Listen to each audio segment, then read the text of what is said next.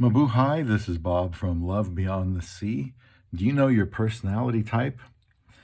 I hope you do, because I'm going to talk about how easily you fall in love, according to this article from Your Tango by Carla Crisostomo from October 6th of 2023. I'll tell you what mine is and whether this is actually true in my case. So I'll try to remember to put a link in the YouTube video. I can't do that for TikTok because it just doesn't let you put links in there. So the article from Your Tango is called How Easily You Fall in Love Based on Your Personality Type. And by the way, please subscribe here to Love Beyond the Sea. Leave comments about this. I've got an affiliate link to where I met my wife, quite differently than what you would get from this article. And I've got a book called Meant to Be, A Match Made in Heaven, that you can look at. Lots of playlists, 1,570 plus videos on YouTube. So I'm going to skip, I'll just read a little preface here. Some people find love quicker than others, while others tend to be a bit guarded about letting love into their lives. It doesn't mean that person is more desirable than others. It's simply a way of saying that some individuals are more open to it, while some people may take a little bit of time because they are a bit more guarded, No matter how you feel about love and its place in your life, there is no wrong way to fall in love, whether it's as a teenager feeling puppy love or later in life when you date to find a potential future mate. Believe it or not, the Myers-Briggs personality type, that's Myers-Briggs, not Briggs and Stratton personality type, plays a big role in how quickly you fall in love, they say.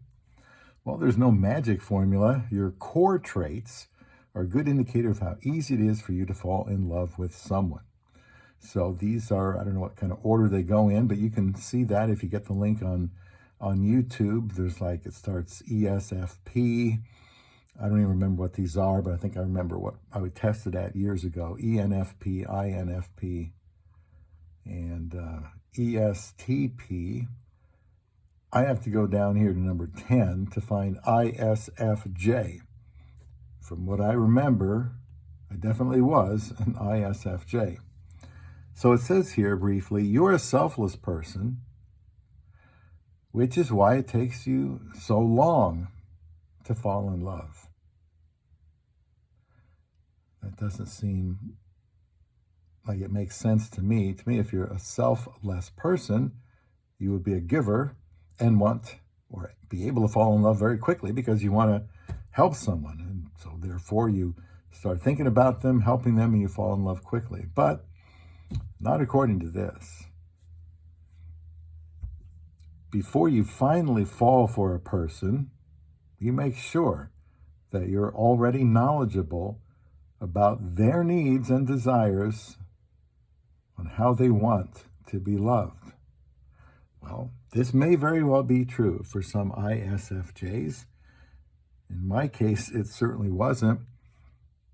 I got married in 54 days. I was here, right here in Nebraska. My wife was in Davao City, Philippines, 9,800 flight miles away, according to the itinerary, when I went up there and married her in less than 8 weeks.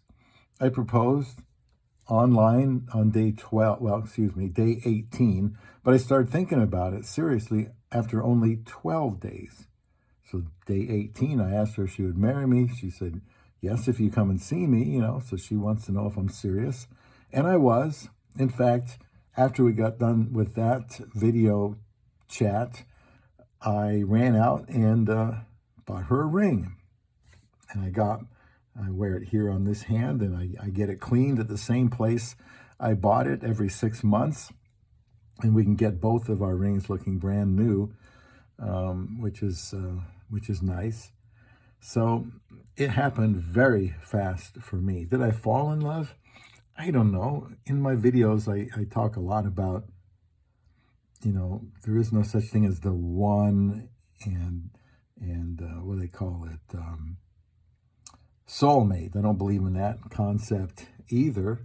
And I believe that love is something that you do for another person.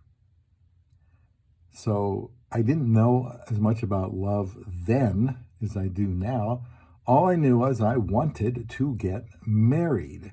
And she was willing to talk to me, as were the other Filipinas I met on Christian Filipina. You can see the affiliate link in the description comments. And so we got married very quickly.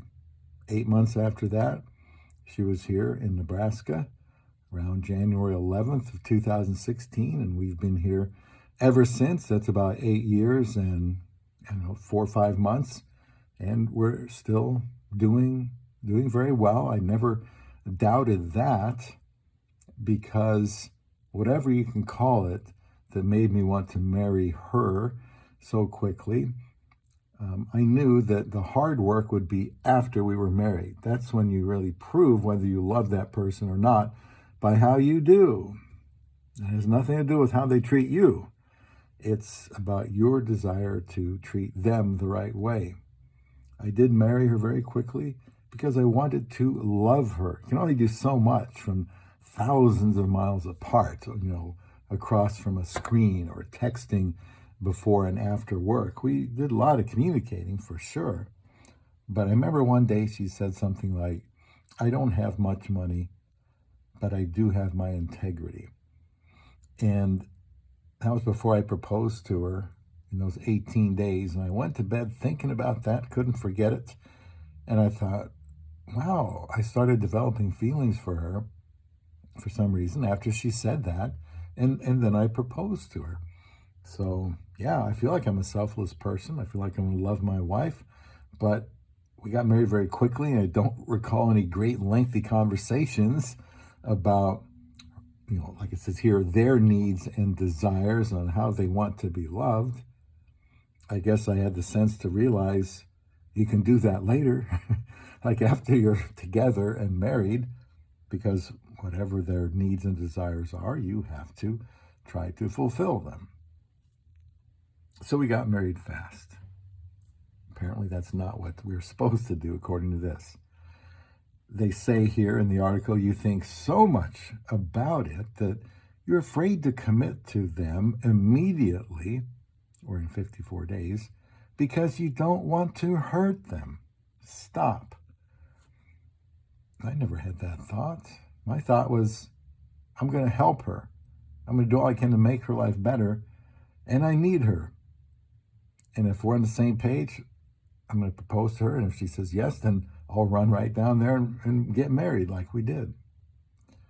ISFJs are observant, which can also cause a delay because you're also after compatibility. Stop. Compatibility, I've made a bunch of videos on this. I can't say I was after compatibility. I wanted somebody I was attracted to. I wanted somebody that was a Christian so we could have the same type of worldview. But compatibility, I never even thought of it beyond what I just told you. Why?